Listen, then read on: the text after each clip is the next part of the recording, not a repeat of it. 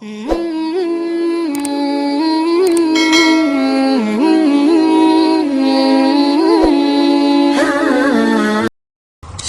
hidup seseorang dibentuk oleh keyakinan yang dimilikinya.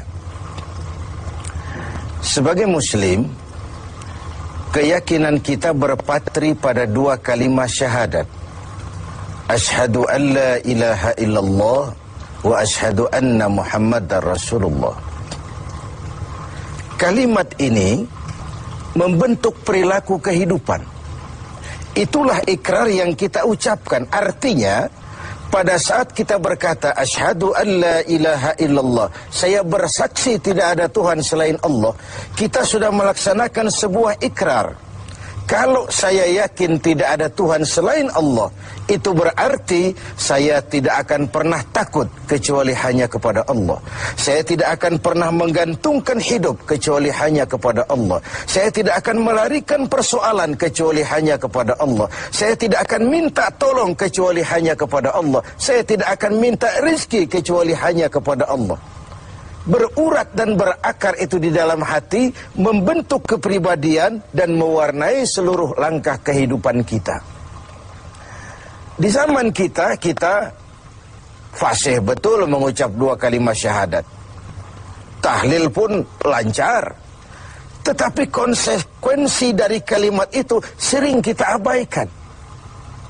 Apalagi kita sedang berhadapan dengan zaman yang serba sulit seperti sekarang ini. Ekonomi yang belum pulih, lapangan kerja susah, pengangguran banyak, biaya hidup tinggi. Orang mudah mengalami proses pergeseran nilai. Sholatnya masih menghadap Allah, tapi kepengen dagangan laris menghadap dukun. Dicampurlah itu, iyyaka na'budu wa dukun nasta'in. Ini kan sudah gaya hidup yang sinkrit. Nah, puasa melahirkan keikhlasan. Kenapa? Karena ibadah ini seperti kita pernah bicarakan tanpa sugesti. Mungkin kalau kita sholat masih berharap dilihat orang. Kita membayar zakat, kita bersedekah masih berharap dilihat orang. Tapi dengan puasa hanya kita dan Allah saja. Ini harusnya melahirkan gaya hidup keikhlasan. Bahwa kalau kita sudah berbuat, yang penting kita dan Allah saja. Mau dipuji orang atau tidak, mau didengar orang atau tidak, mau dilihat orang atau tidak, yang penting saya sebagai pelaksana sebuah ibadah dan Allah sebagai tempat tujuan kenapa ibadah ini saya laksanakan. Karena itu, pada jumpa kita sore ini, kita akan bicara tentang ikhlas dalam menghadapi kehidupan ini. Sebab bukan saja hanya sholat kita harus ikhlas, puasa harus ikhlas, zakat harus ikhlas. Menjalani hidup ini pun kita harus dengan penuh keikhlasan. Kita tahu bahwa apa saja kalau sudah mulai kita gantungkan kepada yang selain Allah, bersiaplah untuk kecewa. Apa saja kalau sudah mulai kita gantungkan kepada yang selain Allah, bersiaplah untuk kecewa. Nah, ikhlas tentu bukan hal yang mudah dilaksanakan, walaupun sangat mudah untuk diucapkan. Tetapi inilah yang diperintahkan Allah kepada kita.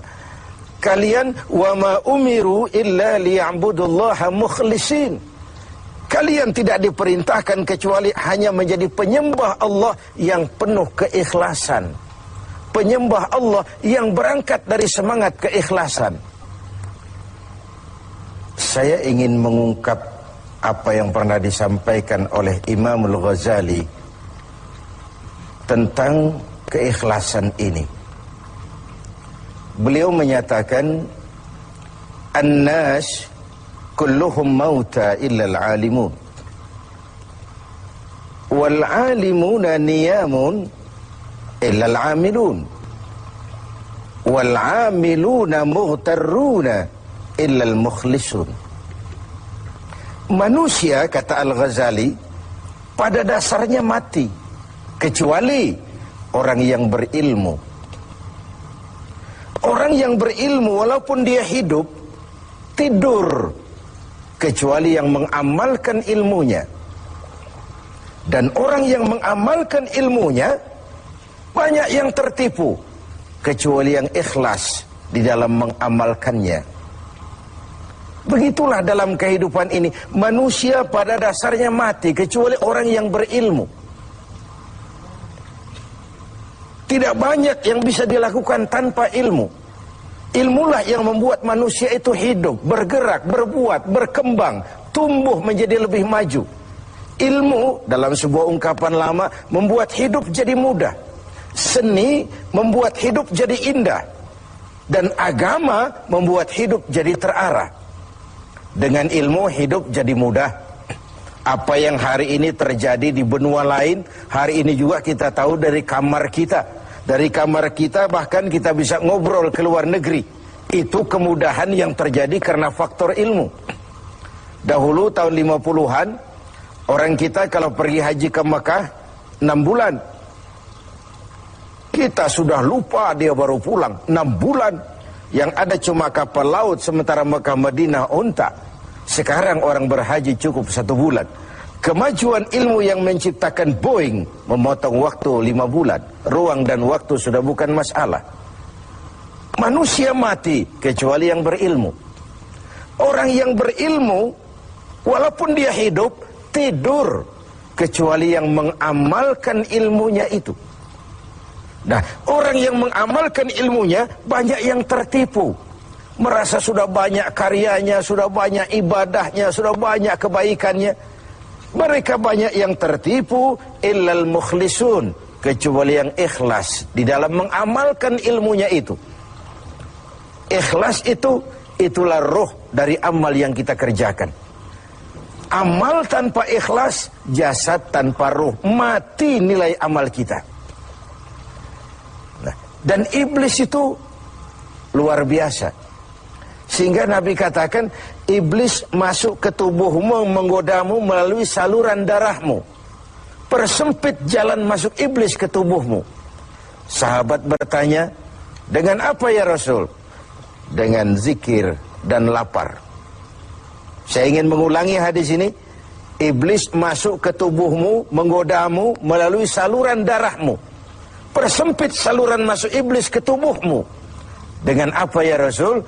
Dengan zikir dan dengan lapar. Jadi ketika kita melaksanakan ibadah puasa ini, kita mempersempit ruang gerak iblis. Itu makna bahwa kalau datang Ramadan, diikat setan dan iblis itu. Siapa yang mengikat? Ya kita sendiri. Dengan apa? Dengan ibadah puasa. Kita ikat dia, tidak berkutik, memperturutkan hawa nafsu sebagai kendaraan utama si iblis tadi. Jadi kembali kepada soalnya, keikhlasan. Itulah nilai dari amal kita. Nah, iblis datang kepada setiap orang dengan bendera yang tidak sama. Iblis datang kepada orang kaya dengan bawa bendera bakhil. Iblis datang kepada penguasa dengan membawa bendera kezaliman. Iblis datang kepada para kiai dengan membawa bendera hasud, iri hati, dengki. Iblis datang kepada orang kaya dengan membawa bendera pelit, bin bakhil alias kikir. Strateginya berbeda, bergantung kepada yang didatanginya. Nah, kalau itu tidak terkena, ditanamkannya lah perasaan bangga. Ah, amalmu sudah banyak, kebaikanmu sudah banyak.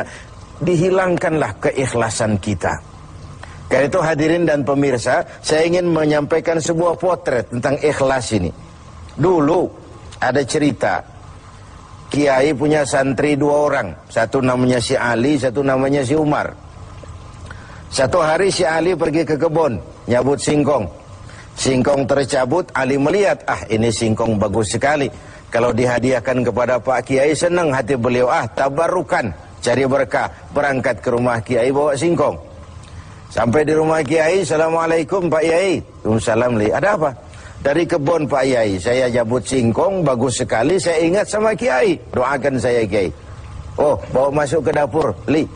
Ali masuk ke dapur, taruh singkong.